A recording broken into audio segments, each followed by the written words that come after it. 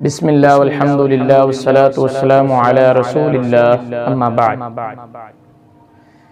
ایک سوال آیا ہے کہ کیا امام کے ساتھ نماز تراویح یا نماز تہجد یا نفل نماز کا اہتمام کر سکتے ہیں، اور کیا باجماعت اہتمام پورے مہینے کے لیے یا اس سے زیادہ کے لیے کر سکتے ہیں؟ چونکہ نبی علیہ السلام نے تو قیام 3 دن تک کروایا ہے، تو کیا ہم اپنی طرف سے زیادہ دیر یا زیادہ دن قیام کر سکتے ہیں؟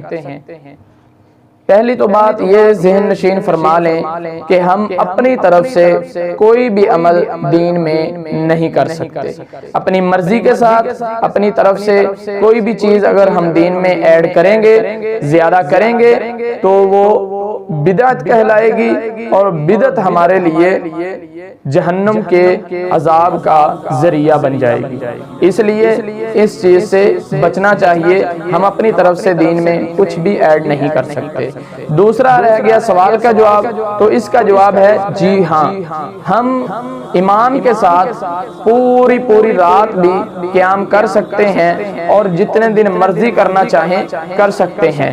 یہ صرف رمضان کے لیے ہی نہیں بلکہ ہم غیر رمضان میں بھی رات کا قیام امام کے ساتھ کر سکتے ہیں، باجماعت کر سکتے ہیں، اس میں کوئی حرج نہیں۔ اس کے بارے میں سنن ابی داؤد کے اندر 1375 نمبر حدیث، اور اسی طرح ترمذی کے اندر 806 نمبر حدیث، اس میں نبی علیہ السلام نے جب 3 رات قیام کروایا، اس چیز کا ذکر آیا ہے۔ تو جب درمیانی رات یعنی دوسری رات قیام کروایا تو نبی علیہ السلام نے آدھی رات قیام کروایا۔ جب آدھی رات قیام کروایا تو صحابہ نے یہ نبی علیہ السلام کے سامنے ایک عرض رکھی کہ کاش کہ آپ باقی رات کا جو باقی بچا حصہ ہے، اس حصے میں بھی آپ قیام ہی کرواتے۔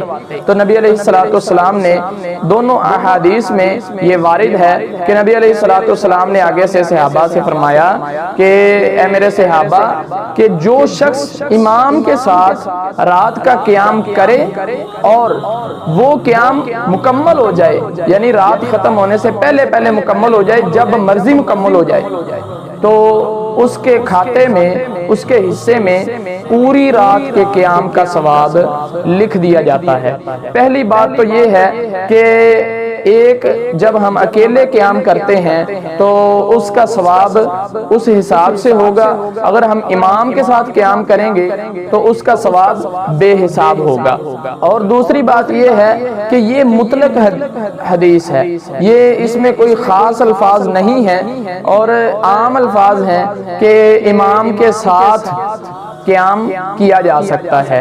ظاہری بات ہے کہ اگر یہ خاص ہوتی تو نبی علیہ السلام یہ فرما دیتے کہ اب جو میرے ساتھ آپ نے آدھی رات قیام کیا ہے، اس کا آپ کو پوری رات کا ثواب ملا ہے، لیکن خاص الفاظ نہیں ہیں، مطلق الفاظ ہیں، اس لیے امام کے ساتھ قیام کیا جا سکتا ہے۔ دوسری حدیث سنن نسائی کے اندر جو موجود ہے، اس میں قیس بن طلق اور دیگر لوگوں کو، قیس بن طلق کے والد طلق بن علی رضی اللہ تعالیٰ عنہ نے ان کو باجماعت نماز ادا کروائی۔